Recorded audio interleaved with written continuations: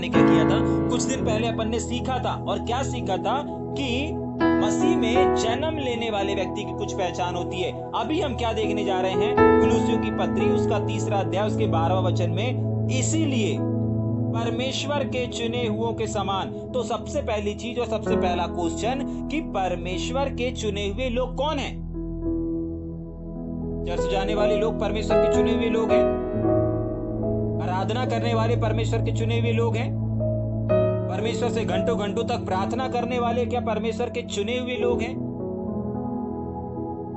अच्छी काउंसलिंग करने वाले परमेश्वर के चुने हुए लोग हैं।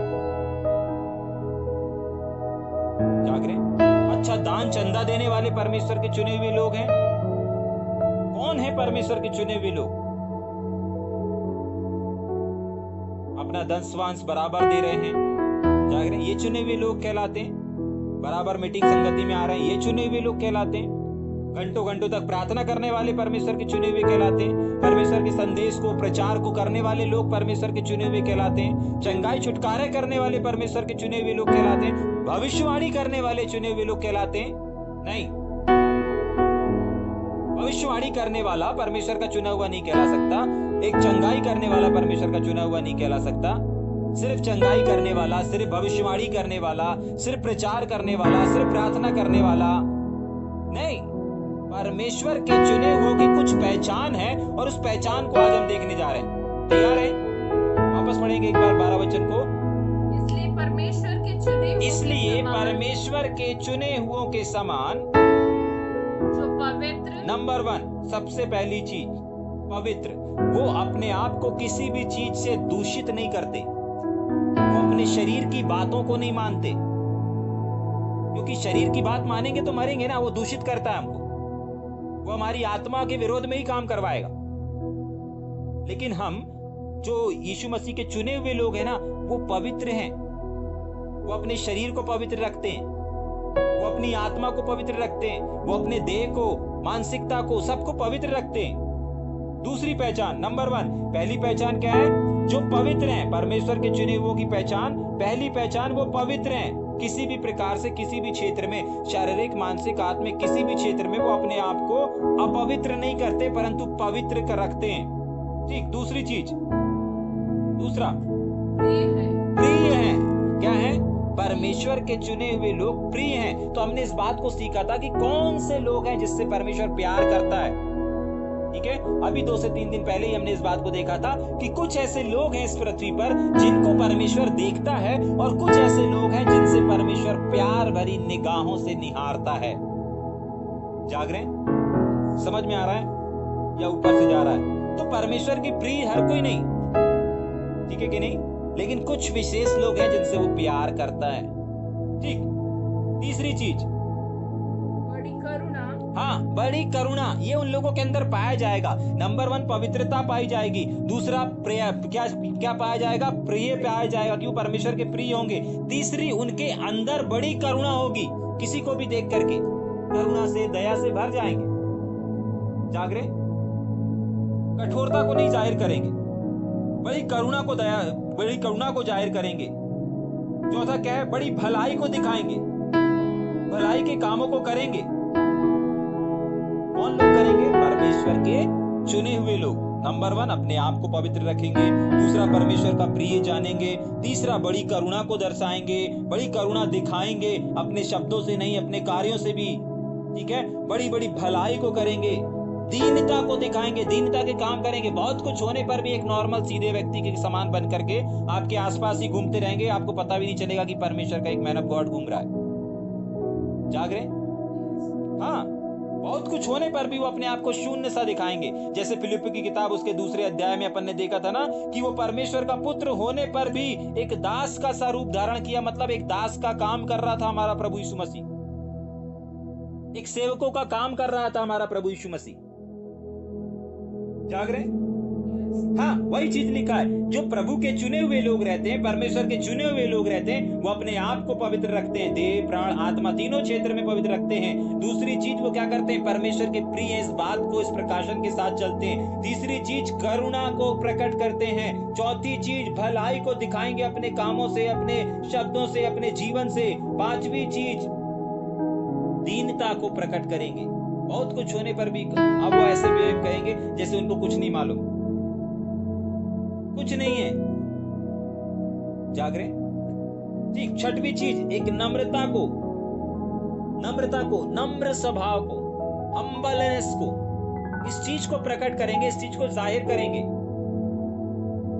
बहुत बार ऐसा देखा जाता है ना कि जो ज्यादा ज्ञानवान रहता है या कोई ज्यादा बड़ा पास्टर या कोई भी ऐसी चीज रहती, कोई भी बड़ी हस्ती रहती है, तो वो क्या रहती है, अपनी कॉलर को ऊंचा करके, एक बड़े सीने चौड़ा करके, मस्तक को ऊंचा करके कहीं पर निकल रहे हैं, कहीं से बैठ रहे हैं, तो अलग ही एटीट्यूड रहता है उनका। लेकिन बाइबल बताती है कि जो परमेश्वर के चुने हुए लोग रहते हैं वो हम्बलनेस को दर्शाते हैं, नम्रता को दर्शाते हैं। जाग रहे? और सबसे इंपॉर्टेंट चीज, सहनशीलता। परमेश्वर के चुने हुए लोगों के पास सातवीं सबसे इंपॉर्टेंट चीज जो देखी जाती है वो है सहनशीलता। हर एक क्षेत्र में वो सहन करते हैं। ये दर्द सहन करने वाली बात को नहीं कर रहा परमेश्वर का वचन। हाँ, एक तरफ से जैसे एक इंसान एक दर्द को सहन करता है, आपका शारीरिक, मानसिक, आत्मिक, तीनों क्षेत्र में कहीं पर भी कोई भी दर्द सहन करना है। किसी चीज में, कोई चीज में आप सफल नहीं हो पा रहे, आपको सहन करना है। कोई व्यक्ति आप कितना प्रचार कर रहे हैं, सिखा रहे हैं, वो नहीं सुधर रहा है, आपको सहन करना है, उसको लेकर के चलना है। बाइबल बताती है बलवान व्यक्ति वो नहीं होता जो बहुत वजन उठा ले या बहुत बड़े पहाड़ को खिसका दे, नहीं, वो बलवान नहीं कहला सकता। एक बलवान व्यक्ति बाइबल के चश्मे से वो होता है जो निर्बल लोगों की निर्बलता को लेकर के चलता है और उसको सहन करता है। बाइबल में बलवान व्यक्ति पता है किसको बोला गया है? सहन करने वाले व्यक्ति को।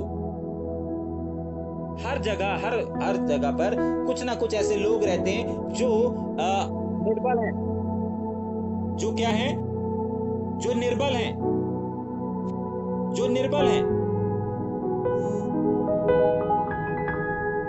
निर्बल हैं।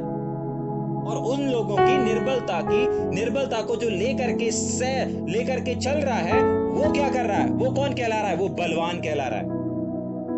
तभी के लिए परमेश्वर का वचन कहता है सहनशीलता को धारण करो। सबसे इंपॉर्टेंट चीज है सहना, किसी की डांट को सहना। गलती नहीं है फिर भी डांट को सहना, अन्याय को सहना, हर एक क्षेत्र में सहना। बाइबल में इस सहने के विषय में एक लाइन लिखी जो मुझे बहुत पसंद है, यदि तुम धीरज के साथ सहते रहोगे तो उसके साथ राज्य भी करोगे। जाग रहे? अभी आगे जाकर के अपन पढ़ेंगे, उस वचन को अध्ययन करेंगे, ठीक है कि नहीं? हाँ, थिस्सलुनीकी तो उसमें मिलेगा आपको वो वचन। वहां पर ऐसा लिखा है, अगर हम धीरज से सहते रहेंगे तो उसके साथ राज्य भी करेंगे। जाग रहे? तो अगर आप राज्य करना चाहते हैं, शासन करना चाहते हैं और परमेश्वर के चुने हुए कहलाना चाहते हैं, तो ये 7 चीजें हैं, ये 7 बातें हैं, ये 7 निशानियां हैं जो एक प्रभु यीशु मसीह के चुने हुए, परमेश्वर के चुने हुए सेवकों को दर्शाती है। और ये 7 बातें, ये 7 चीजें एक सेवकों के अंदर होनी चाहिए। और यही चीजों से पता चलता है अगर एक सेवक सहन नहीं कर रहा है, अगर एक सेवक बहुत बड़ा सेवक होने के बाद भी हम्बलेंस को नहीं दिखा रहा है, नम्रता को नहीं दिखा रहा है, दीनता को नहीं प्रकट कर रहा है, भलाई को नहीं कर रहा है, बड़ी करुणा को जाहिर नहीं कर रहा है, परमेश्वर को प्रिय इस महत्वपूर्णता को नहीं समझ रहा है, अपने जीवन को पवित्र नहीं रख पा रहा है, आप समझ जाइएगा कि परमेश्वर के पास आ गया है, लेकिन अभी परमेश्वर का चुना हुआ नहीं है। एक वचन को अपन देखते हैं ना, प्रकाशित वाक्य में लिखा है, जो बुलाए हुए, चुने हुए और विश्वास योग्य हैं। तो बुलाहट इस पूरे संसार में हर एक इंसान के लिए है। परमेश्वर की जो बुलाहट है ना, वो पूरी मानव जाति के लिए है, लेकिन पूरी मानव जाति को उसने नहीं चुना। हाँ, बुलाहट पूरी मानव जाति के लिए है, बुलाहट पूरे संसार के लिए है, हर एक इंसान के लिए परमेश्वर की बुलाहट है। ध्यान से सुन लीजिएगा। फर्क सिर्फ इतना है कि जितने लोग उस बुलाहट को सुन करके, बहुत सारे लोग बोलते ना, भैया हमारे जीवन में तो कोई बुलाहट नहीं है, हमारे जीवन में तो कोई बुलाहट नहीं है, हमको तो प्रभु ने बस संडे सर्विस जाने के लिए बुलाया है। बहुत सारे ऐसे लोग हैं, लेकिन आज मैं आपको बताना चाहता हूं, बुलाहट जैसी आप बोल रहे हैं ना, बुलाहट मेरे जीवन में नहीं है। बुलाहट तो एक्चुअली पूरे संसार के हर एक इंसान के लिए है और हर एक मानव जाति के लिए है। लेकिन वो बुलाहट कब पूरी होती है? जब एक व्यक्ति उस बुलाहट को सुन करके परमेश्वर के पास आता है, तब वो परमेश्वर का दूसरे स्टेप में पहुंच जाता है, जो कि प्रकाशित वाक्य में लिखा है बहुत अच्छे से। अपन आने वाले टाइम में अध्ययन करेंगे जब प्रकाशित वाक्य का, तब आपको पता चलेगा। वहां पर ऐसा लिखा है, जो बुलाए हुए हैं, चुन लिए गए हैं, और जो बुलाए हुए, चुने हुए और विश्वास योग्य। यहाँ पर 3 स्टेप, 3 कैटेगरी को दर्शाया जा रहा है। बुलाए हुए, चुन लिए गए और विश्वास योग्य। समझ में आ रहा है? हाँ, तो बुलाहट पूरे संसार के हर एक मानव जाति के लिए है, लेकिन जो लोग सुन करके प्रभु के पास आते हैं, वो लोग चुने हुए कहलाते हैं। और उन चुने हुए में ये 5-7 योग्यताएं हैं। इन 7 योग्यताओं से हमें पता चलता है कि सच में वो परमेश्वर के चुने हुए व्यक्ति हैं। और अगर ये 7 बातें, ये 7 चीजें एक व्यक्ति में नहीं है, तो समझ जाइएगा कि अभी वो सिर्फ परमेश्वर की बुलाहट में है। परमेश्वर ने उन्हें बुलाया है। अगर आप सिर्फ संडे सर्विस तक सीमित हैं, अगर हफ्ते में एक दिन आप प्रभु के भजन को करते हैं, बाइबल को खोलते हैं, पढ़ते हैं, एक दिन आप प्रार्थना करते हैं, संडे सर्विस चले जाते हैं, तो अभी आपके जीवन में सिर्फ बुलाहट है। अभी आपके जीवन में परमेश्वर ने बुलाहट को दिया है, और वही बुलाहट पूरे संसार के हर एक लोगों के लिए है।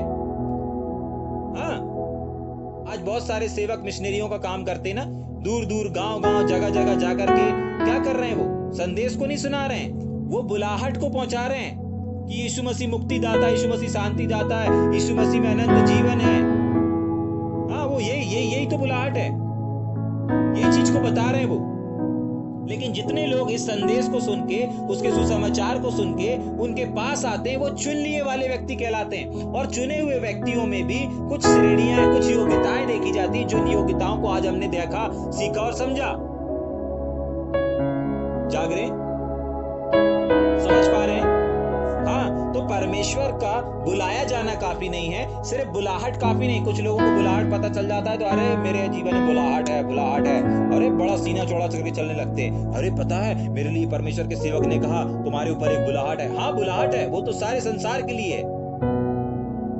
आप आनंदित और मगन तब हो जब आप चुन लिए गए हो। उत्सव मनाओ, लेकिन कब मनाओ? बुलाहट मिल गई, बुलाहट पता चल गई इसलिए नहीं। कुछ लोगों को बोल दिया परमेश्वर आपको एक नया घर देने जा रहा है, परमेश्वर आपको एक बड़ी सेवकाई देने जा रहा है, वो उस बुलाहट के अनुसार अरे वो बहुत आनंदित हो गए, खुश हो गए। नहीं, उसमें आनंदित नहीं होना है। आनंदित आपको होना है, किसमें होना है? जब आपकी गिनती चुने हुए लोगों की श्रेणी में आ जाए, तब। हाँ, आनंदित मनाना है, हाँ, उत्साह मनाना है, हाँ, लेकिन कब? जब आपकी गिनती चुने हुए लोगों में, परमेश्वर के चुने हुए लोगों की लिस्ट में आपका नाम आ जाए, तब। जाग रहे? समझ में आ रहा है या ऊपर से जा रहा है? जैसे किसी इंडियन टीम में खेलने के लिए किसी प्लेयर के अंदर एक ना एक कुछ ना कुछ विशेष योग्यता देखी जाती है ना, ऐसे ही परमेश्वर के चुने हुए लोगों के अंदर, उनके जीवन में ये 7 विशेषताएं देखी जाती हैं, तब उनका नाम दर्ज किया जाता है कि ये परमेश्वर के चुने हुए लोग हैं। जाग रहे? हर कोई बाइबल उठा करके संडे सर्विस चला जाए, वो परमेश्वर का चुना हुआ व्यक्ति नहीं कहलाता। कोई भी व्यक्ति आराधना करने लगे, वो परमेश्वर का चुना हुआ व्यक्ति नहीं कहलाता। कोई भी किसी के लिए प्रार्थना कर रहा है, वो परमेश्वर का चुना हुआ नहीं कहला सकता। जाग रहे? हाँ, कोई भी प्रभु की पहुनाई, छोटा सा काम करने लगे, वो परमेश्वर का चुना हुआ व्यक्ति नहीं कहला सकता। परमेश्वर के चुने हुओं की एक पहचान है, जिस पहचान को आज हमने ध्यान और मनन किया। जाग रहे? हर एक इंसान मसीह का बुलाया हुआ हो सकता है, लेकिन हर एक सेवक चुना हुआ नहीं हो सकता। हर एक सेवक मसीह में बुलाया हुआ हो सकता है, सेवकाई के लिए बुलाया हुआ हो सकता है, लेकिन हर एक सेवक मसीह का चुना हुआ नहीं हो सकता।